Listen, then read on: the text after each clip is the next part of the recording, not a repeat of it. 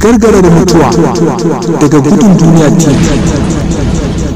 Wani bawan Allah ne da yake kan gargarar mutuwa, sai dangi suka kewaye shi suna ta kuka. Sai ya ce, ku tashe ni zaune. Sai suka zaunar da shi, sai ya fuskance su, ya dubi mahaifinsa ya ce, baba, me yasa kake kukan rabuwa da ni? Sai mahaifinsa ya ce, ɗana, ina jimamin rashinka ne da yadda zan yi da kewarka bayan ka rasu. Sai ya juya ga mahaifiyarsa ya ce, umma, me yasa kike kukan rasa ni? Ta ce, saboda zan shiga kuncin rayuwar rasa ka. Sai ya juya ga matarsa ya ce, kefa, me yasa kike kuka?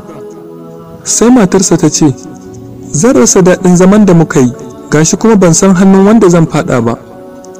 Sai ya juya ga 'ya'yansa, ku fa 'ya'yana, me yasa kuke kuka?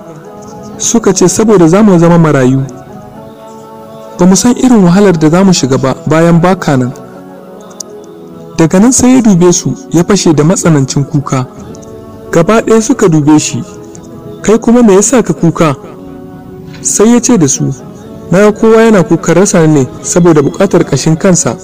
Shin a cikinku akwai wanda yake kuka saboda doguwar tafiyar da ke gabana? Ko ku akwai wanda yake kuka saboda rashin isasshen guzurina? Ko abin da zan tarar na mummunan hisabi? Ko ku akwai wanda yake kuka saboda tsayuwata a gaban Rabbil Izzati, ban san me zan tarar ba? Daga nan sai ya yanke jiki ya faɗi. Sai suka yi kansa suka juya shi, sai suka ga ashe har rai yayi halinsa, ya rasu. 'Yan uwa, ina ƙara tunatar da mu cewa duniya ba ta da tabbas. Ya Allah, ina roƙonka, Allah ka sa wannan tunatarwa ta zama sadaqatu jariya a gare ni da iyayena da duk wanda ya taimaka wajen yaɗa wannan. Amin. Daga Gudun Duniya TV.